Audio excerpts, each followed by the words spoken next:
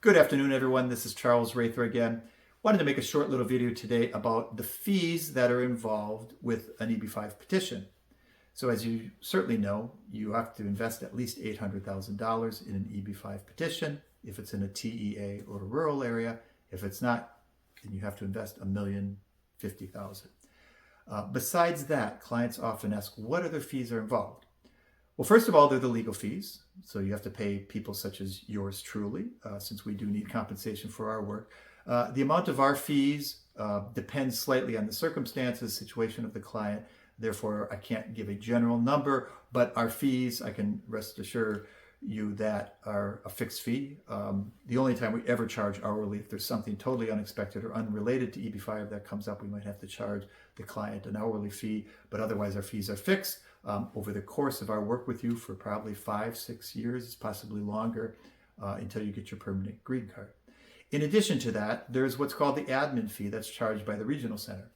So the admin fee really depends on the project. It can vary from, 50, 60,000 to 80, 90,000. It's really across the board. But I would say ever since the minimum investment amount was increased to 800,000, I would say the general amount tends to be about 70 to 80,000, possibly a little bit more.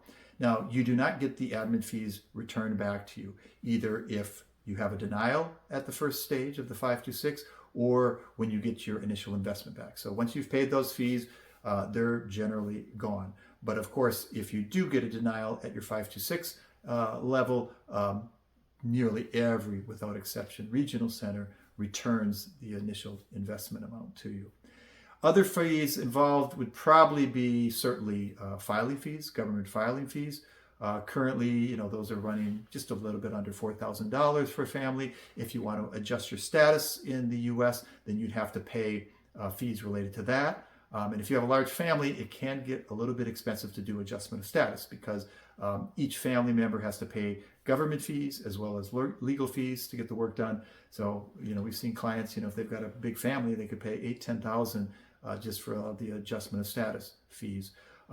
If you're doing it at the consulate, you have to pay fees at the consulate through the National Visa Center, but they're relatively small. It's about $400 or so per person. So if you're doing your green card after you get the 526 approved at the consulate, the government fees are quite reasonable compared to adjustment of status. And I'd say the remaining fees are just generally maybe translation fees, and that's all over the board. Really depends on how many documents you have.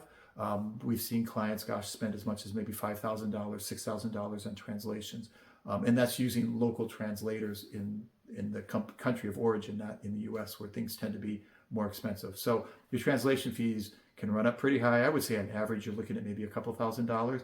The good things about the translations is you can have anybody translate them, who then provides signed certificate, so it doesn't have to be some kind of accredited translator.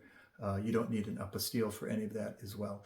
So I think at the end of the day, when you add up all the legal fees, the admin fee with the regional center, and the other things, you're looking at probably for the first 526 filing, you're probably looking at around $900,000 with all that included.